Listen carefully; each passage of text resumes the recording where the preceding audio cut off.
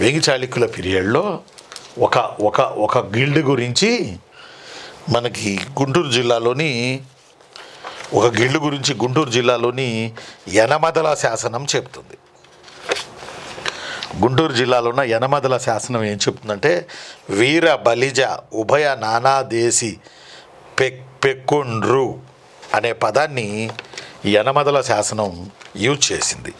వీర బలంజ ఉభయ, వీర బలిజ ఉభయ,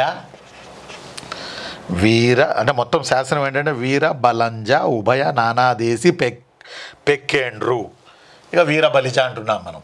వీర బలిజ ఉభయ నానాదేశి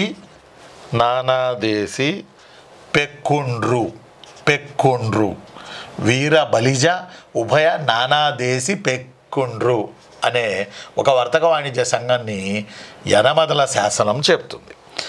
యనమదల స్థలానికి చెందిన వీర బలిజ ఉభయ నానాదేశి పెక్కేండ్రు వర్తక సంఘం పాకనాడు, వేంగినాడు, హనుమకొండ స్థలాల్లో వర్తకానికి అనుమతి పొందినట్లు యనమదల శాసనం వల్ల తెలుస్తుంది.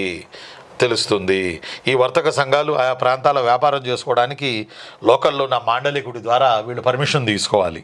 అలా తీసుకొని పర్మిషన్ ఇచ్చే అతన్ని మాండలిక అన్నారు.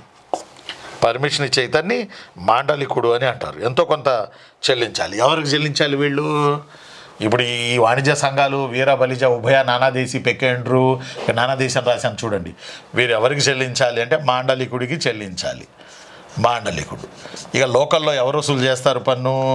నానా సుంక ప్రగ్గడ అని ఆయన లోకల్లో పన్నులు వసూలు చేస్తారు. అతని పేరు సుంక ప్రగ్గడ అనేది.